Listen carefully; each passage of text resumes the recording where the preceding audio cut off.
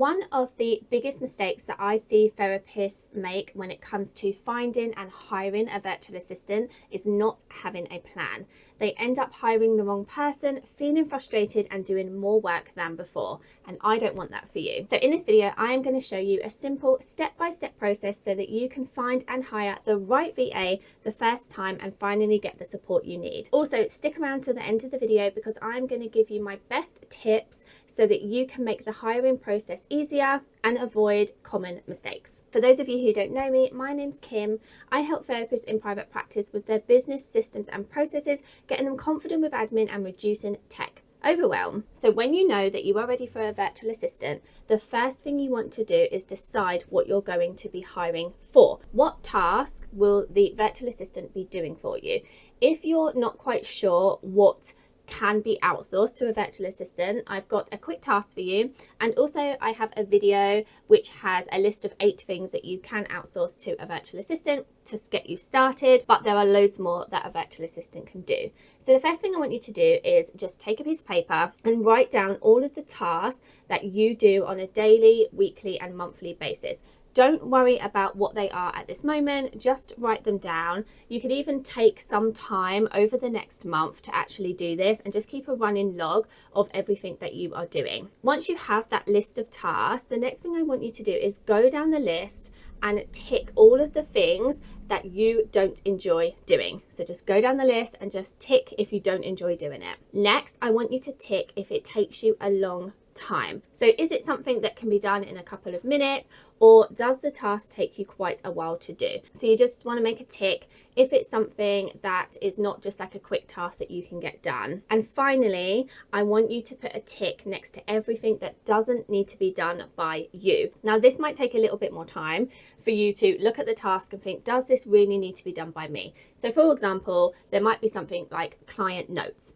Now writing the client notes will obviously have to be done by you because the VA won't be in the room with you when you are making the notes. They won't be listening to your conversation with the client. So the client notes will need to be done by you. But writing reports for other professionals involved in your client's care, the task could be split. So actually writing the report or voice noting what you want to say on the report needs to be done by you. You are the only person that knows what you want to say, but actually getting it typed up on a letter-headed paper, password protecting it and sending it to the doctor, those things don't need to be done by you. That can be done by a virtual assistant.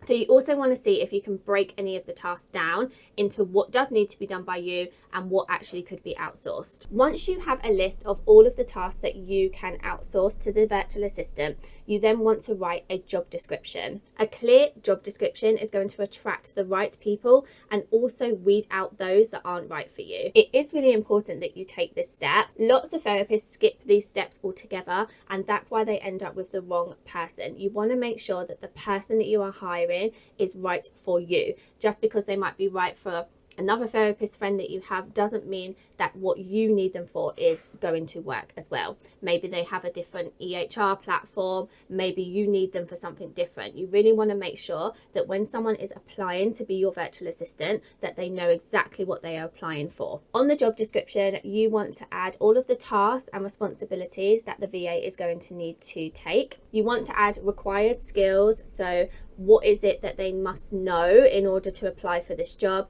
Maybe you use Google Workspace or you use Xander or WriteUp or something like that. Do you want the person to already be familiar with these systems? And you also want to put on there when you would like them to be available. So do you want them to be available Monday to Friday? Do you want them to be available throughout the day? So you want to make it clear how often you would like them to be available for you. Once you have that job description, the next step is to create an application form. Now, it's really easy to create an application form on something like Google Forms. You can do it on Jotform for free. If you don't have Google Workspace, you can just create a free Jotform and just easily create a form that people can complete online, and you will then get the responses emailed to you. You also want to make sure that you have a deadline for when the application forms need to be received by, because you want to be able to look at all of the applications on one date when the applications are closed. Then you can easily and fairly compare all of the applications that you have received. So once you know what you want to outsource, you have a job description and you have an application form, how are you going to find virtual assistants to complete the application form? Well, I've got a number of ways that you can do this. First of all, you should reach out to other therapists that you know and trust and see if they have any virtual assistants that are looking for work or that they would recommend. You can also post in therapist groups on Facebook and ask again the same question. Now, they might not be trusted therapists that you know, but I think it's very unlikely that a therapist is going to recommend their virtual assistant if they're not doing a good job. So that is one place that you can go to therapists.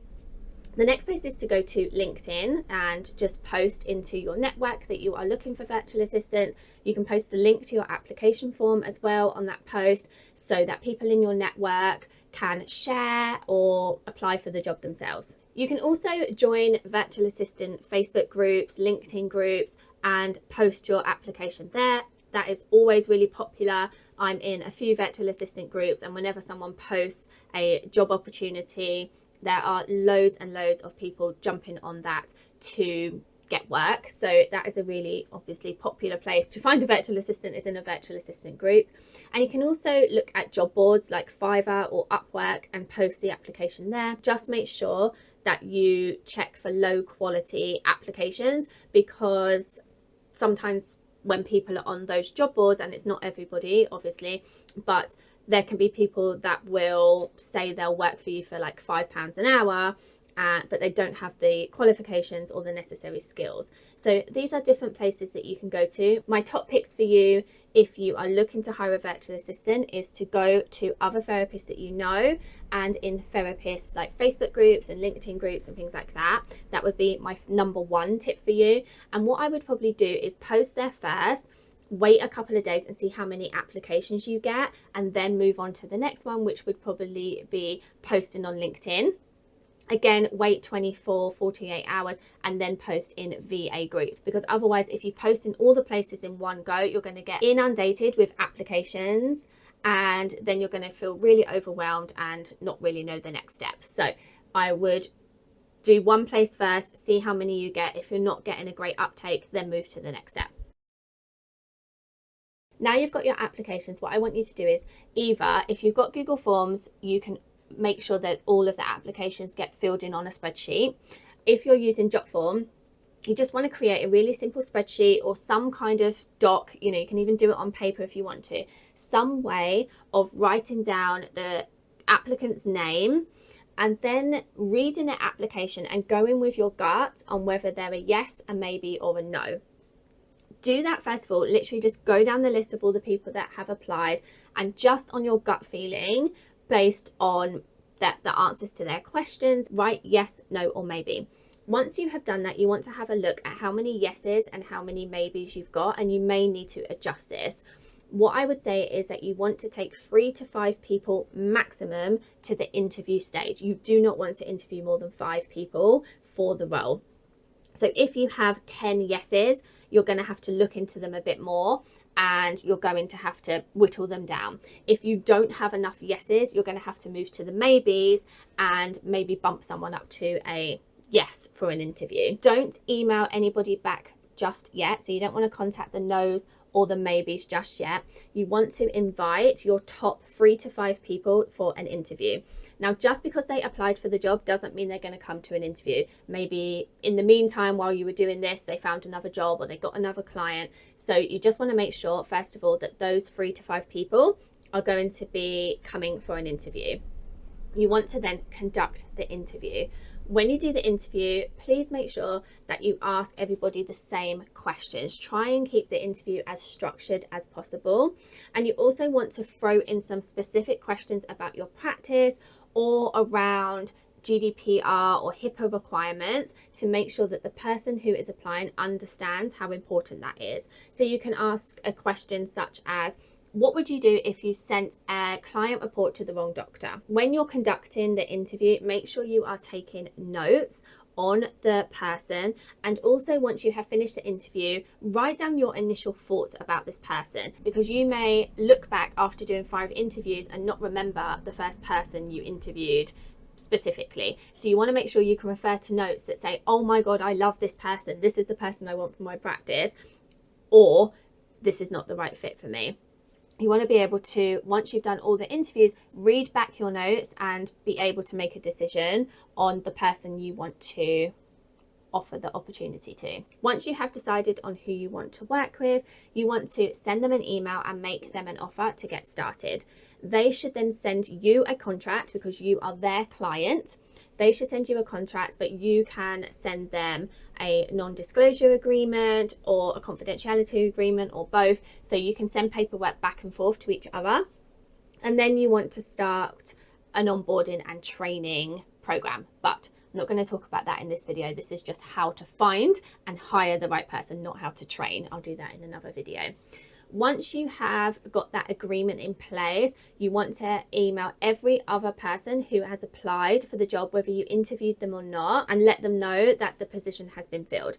I think it's really important that even if you've got 100 applications, that you should write back to people and let them know that they weren't successful. You can write email templates for this and just thank them for applying and let them know that you'll keep their details on file if something else comes up. Obviously, if you've interviewed somebody, you want to give them a little bit more feedback on maybe why you went with the other person or why you didn't feel that they were right for this position. But I think it's really important to be respectful to people who have taken time to complete an application form and reply back to them, you know, that you received it and that you just aren't going forward with them. And that's why email templates can be really handy, because it's just very easy to just copy and paste and send the email to the applicant. Okay, so just to go over those steps just one more time and recap what I think is important when it comes to finding and hiring the right person the first time is making sure that you know what you want to outsource. I get so many people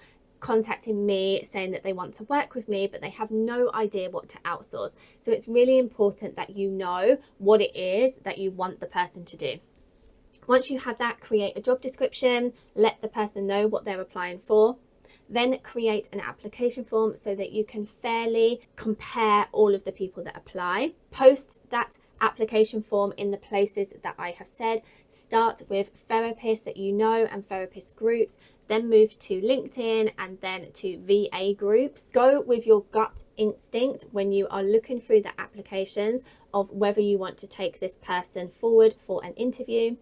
Interview 3 to 5 people maximum. Make sure you write down as you are talking to them anything that comes up, and then once you finish the interview, make sure you write down your feelings, your gut feelings about this, whether this person is right for you, whether you think you can work with them or not, whether you think they're right for your practice and can do the task that you have outlined. Make sure you get the offer confirmed from your top pick before you then reply to all of the other applicants, letting them know that they weren't successful. Okay, you might be thinking that that is quite a lot of work to find and hire a virtual assistant when you are already overwhelmed with all of your administration and really just want some help to not do so much work. But I promise you, if you follow these steps, you are much more likely to find the right person and to get these things off your plate quicker, sooner and smoother than you would have done if you skipped loads of these steps in the first place. I really hope you found this video useful. If you have any questions for me, pop them into the comments below. I'd love to hear from you. And also, if you have any tips on hiring for other therapists, leave them below too. Until next time, thanks so much for watching.